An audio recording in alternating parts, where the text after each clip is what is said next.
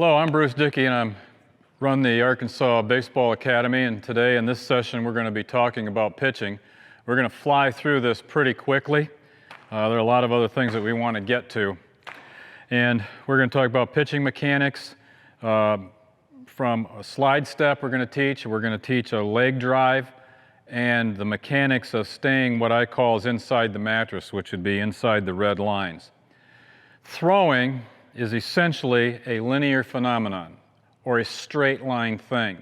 And in order to get younger people to understand what it is, as I said, pretend we took a big thick mattress off your bed, turned it upside down like that, and when I have a pitcher that's on the mound that is right in here, I literally stand behind him and I see this makeshift mattress. It's as wide as those red lines.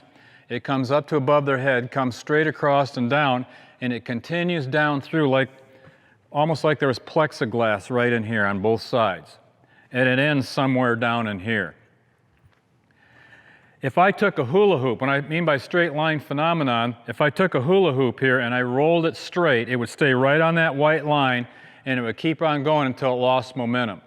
So what we want is all of our body parts to stay inside this mattress, is how I teach it, which essentially means staying in this. And we want all of our body parts to be going straight. Anything that becomes rotary, the left arm going out like this, the right arm coming down there, the left leg going out and around like that, is counterproductive to proper mechanics and performance. So we're going to try and stay here in this position. There are a number of different types of grips with kids. This is a two-seam fastball right here. Put both your fingers on that, thumb underneath, and usually with a two-seam fastball you've got a gap between the baseball and here. As your fingers get bigger, as the kids grow, this allows the ball to move and dart a little bit when you throw it hard. Another way to throw a fastball is called a four-seam. In other words, on a two-seam fastball, what happens is the ball comes out, it hits 1-2 seam, then it's smooth all the way around. Then it hits 1-2 again. But when you throw a four-seam fastball, fingers across this way and thumb underneath there, it hits four seams, and what that does is make the ball go straighter. So when we first start to throw, one of the first things that we do when we step up here is we learn how to take signs from the catcher. And we want to get in a certain position so that we don't give away what it is we're throwing based on how we throw it. So if that's a two-seam fastball, if I were to put my fingers across the seams like that with my fingers together, that would denote a curveball. We don't want the coaches to be able to see what it is you're throwing. So what we do, we're going to go from the stretch first, and I'm going to teach the slide step. Remember, the slide step's something that you want to use so that the runner at first base doesn't get a jump on you to steal. What we do here is we look in from the side right to here, and we're in a balanced position. A lot of little kids will come way down low like this, and they come way up like this. We don't want any of that. If you're in a third game and you're playing out, and it's a 95 to 105, and it's humid, any little extra thing will just take the strength right out of you. So what we do is we get our feet just barely outside our shoulders. We take the ball and we put it right here on our back side hip, right about here. We've got the grip we want. We can move the ball around like I'm moving it, and then you can end up, I'll show you how you come up and come set with it. The other glove is just here to your side as you're looking in. Now when you come up set, what kids do is they come up and a lot of them, they bring their feet together like this. You don't want that because you can't make any pickoff moves. Your feet are too close together. You have poor balance. And so what you're doing is you're coming up just a little bit, just outside your shoulders, and the weight is still about 70-30 with the back knee slightly bent. You're looking right straight down that line. When you come up, you bring the glove up to this position and you bring your glove from your hip right into there, and you can make a change right in there if you want to on your grip as to what pitch you're throwing. But it's right up here off to the side. Since we're going to separate our hands, some kids will come in here, some kids will come from down here, and they start to come forward and their legs go forward, but their trunk and their upper body stays behind. And they have to catch up to get rid, and the ball goes high and mechanics go right out the window. That's why when we come up and we come set, we're back here in this position as we're looking in with the hands up in here, and we're going to teach kids to separate from there. Now you'll notice, normally when you're throwing in a game, you want your foot to the far outside so that you create an angle coming in. But for our purposes of teaching, we're going to come right here in the middle and try to keep this concept of staying inside the mattress. So here we are, we get signed, we come back up into this position. When you separate your elbows, it's like they should almost, you try to keep your elbows high and you come down to this position. Notice that on the back side, my arm is not straight out, and on the front side, my arm is not straight out. They're slightly bent. And here we've got the back side of the glove here on this side. It's important. I'll explain that in a minute. The back side arm we get not full extension, but close.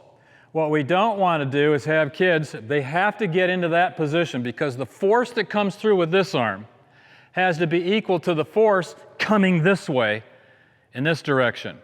50% of it's here, actually 100% from both. So it's here and then it's a violent throw. Violence coming here, violence coming through on the throw. But everything stays inside the mattress. So what I do is I come in here, I come up and come set, and what I do is I practice this drill. Watch how I stay inside the mattress. That's a slide step. And you can pause and look at yourself literally right in a mirror. My elbows and hands are staying high. I'm not going way down and back like this. Some kids will come down, get them to come back into here. The backhand should come like you've got snake fangs, those two fingers. You don't want them to come up here and short arm the ball with the hand facing this direction. This is a short arm. And they push the ball. You lose velocity. You want to get almost full extension by both. Now, once you've come to here and you've done this, now the next thing is on the left foot, see I'm on the side, this is for that drill. We turn the foot and we take our pinky finger to the armpit. And we take the left elbow and we bring it right past the hips. So this action is here. Pinky finger here. Notice there's a line in my shoulders, how it's turned like that. People will say, throw overhand. There's no such thing as throwing overhand. You can get on top. The only way you get on top is to turn your shoulders so they're going right shoulder to left shoulder. That's what brings it up on top.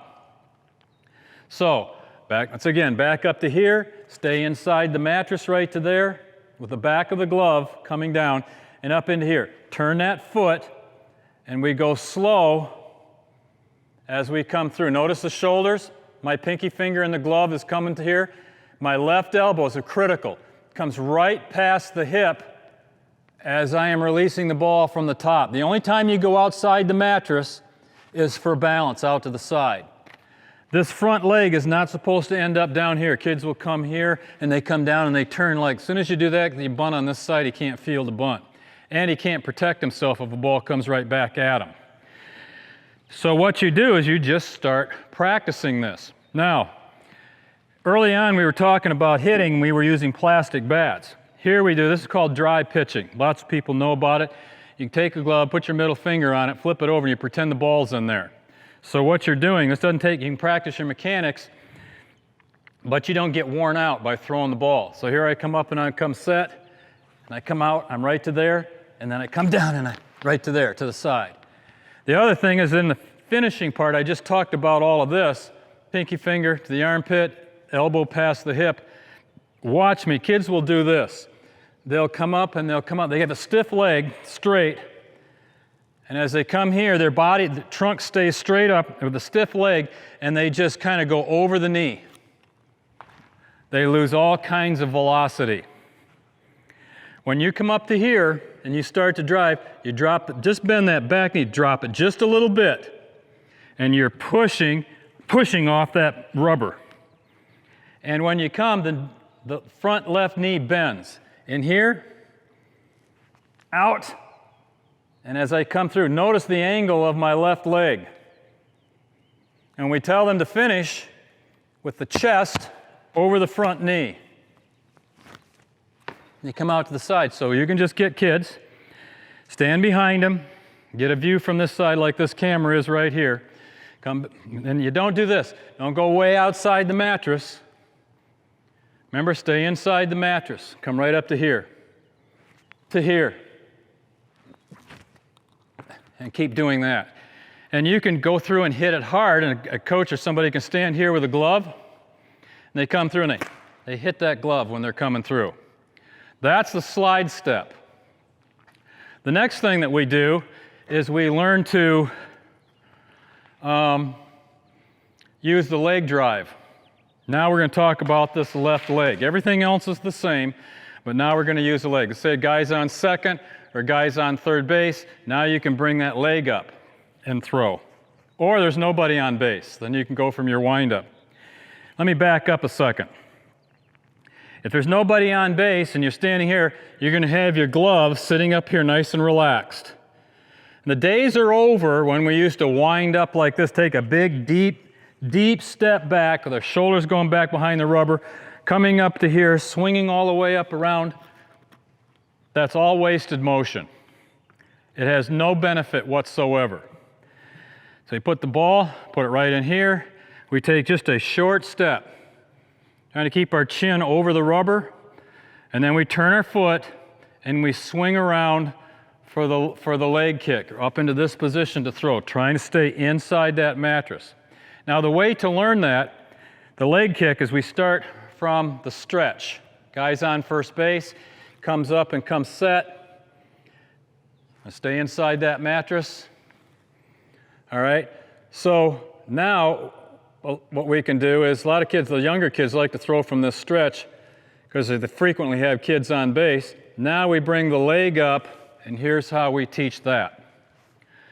What we do is, I don't know if the other camera can get us in here, but we have the glove, and we get in this position here, just like we're in here, where we come up, and we take our hand out and hold the wall for balance. And what we do is we bring the leg up, so it would look like this. We bring the knee, see where my right foot is? This leg comes up with the toe pointing down and the knee coming up at least as high as my belt buckle. It comes up and it comes forward like that. So you are teaching this. Get up here like this, bring it up, and you practice bringing the leg out like this to start. It's an awkward position, straight out. We don't throw it out and bring it all the way around, because that's rotary, like a helicopter. Watch, out, and around. We don't want that, because we went outside the mattress and we came back in. We want everything to stay inside the mattress. So we practice that motion like I just mentioned right here. Coming up with the toe down, relax, and coming straight down, and you land flat-footed if you can. Try not to land on your heel, go flat-footed. Now people will say, where do you land? If my hips are this wide, they're just inside that, and I start here, I can come down. You don't want to come down here on this side because you're throwing across your body. You will have all kinds of control issues. When you open up, you can come down with your foot as wide as your hips, and then you come out to the side. That's something that you want to strive for. Now, the second thing that you do off this drill here, remember your foot is supposedly on the rubber, so when you come up to here, and you relax with your toe down. As you come forward, you bend that back knee and you push with your towel and come down. You're going to be pushing off the rubber, and facing, coming down here off this, so it looks something like this.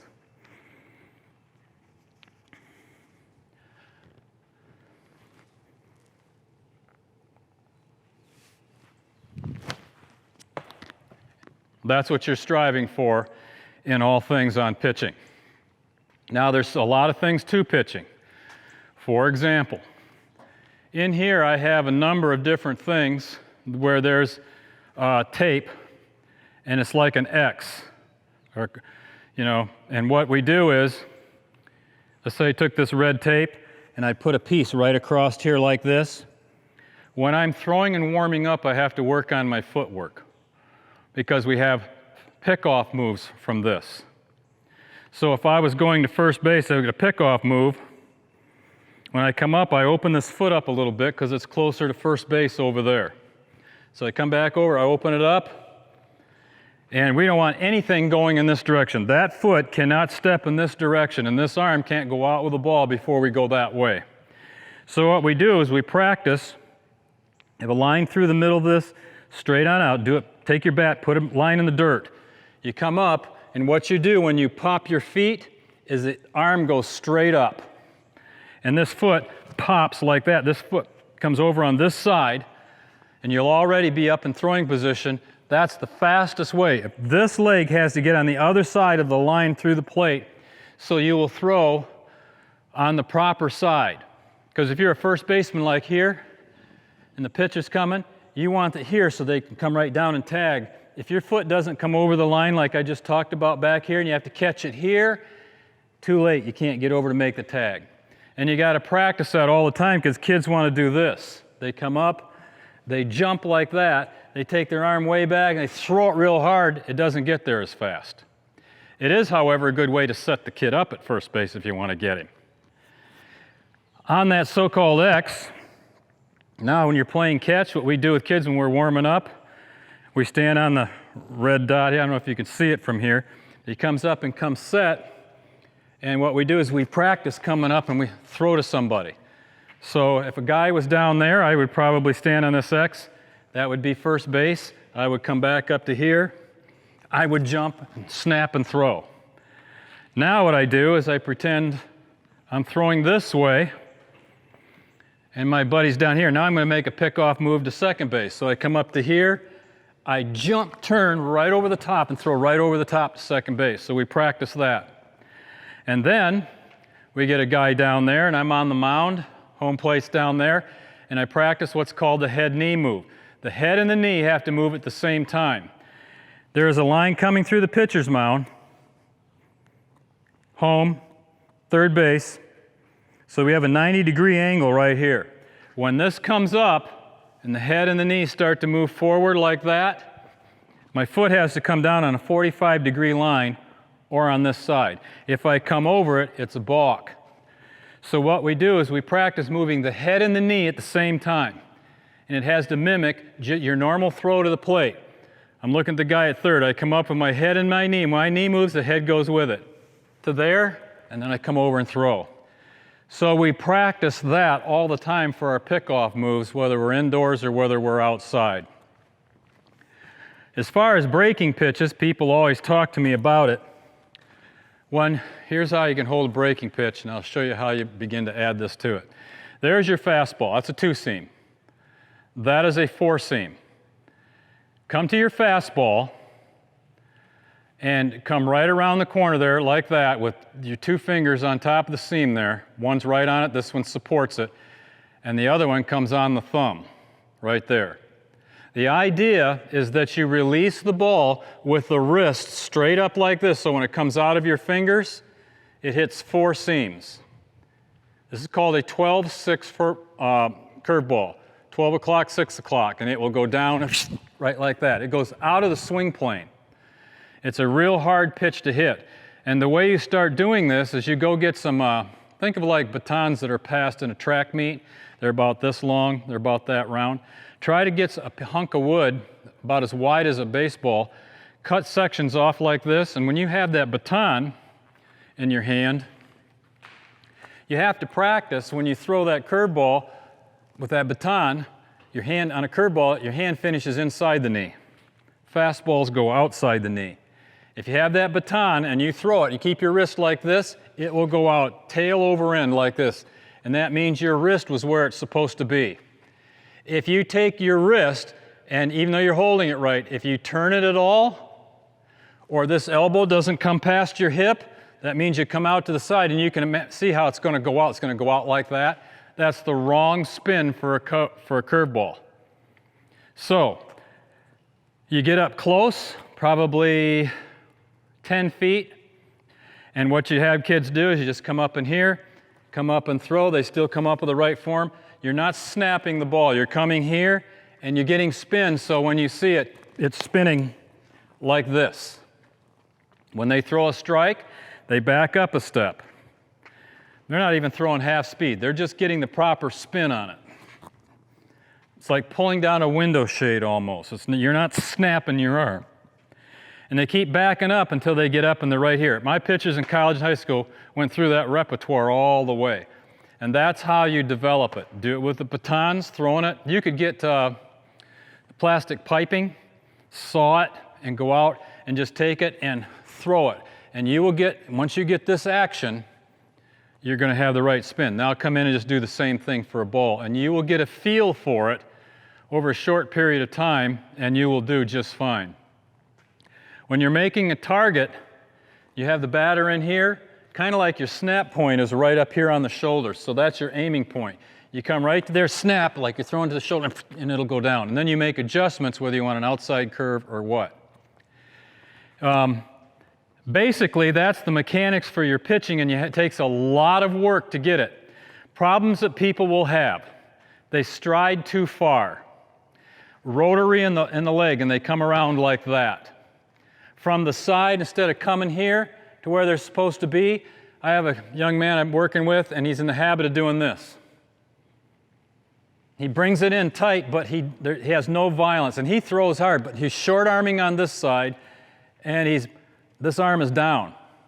Another one. Another thing that they'll do is they'll lay back, they go down with the ball, and then to get up, the legs go forward, the upper body's got to get up on top, and it's late, and to keep balance, the arm gets, the pitch goes out to the side like that, comes like that, and now you end up throwing sidearm. There are no starting pitchers in Major League Baseball that throw sidearm. It's an unnatural act. Underhand's a natural act. But they do use them to come in certain situations when people aren't used to seeing that kind of an approach. Basically, that's what you need to do. You have to keep drilling, invent drills, look on YouTube or anything else. There's all kinds of drills, but just stay inside the mattress, finish.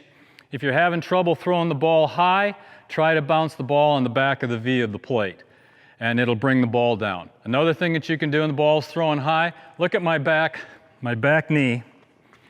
If I come back up here, and you're looking at my back knee, and I see somebody coming back up in here and they're throwing high, but that back knee is high as they come out, drop your back knee down towards the dirt.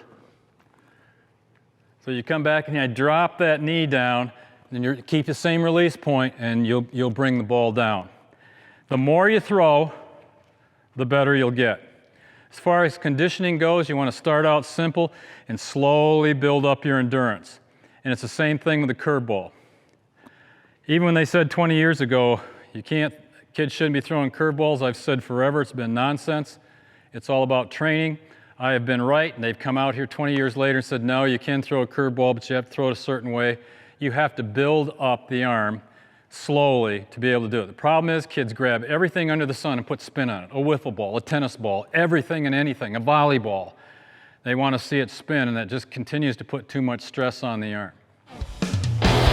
Thank you so much for your time and attention. If you have any questions, I will help you in any way that I can. Thank you for your time.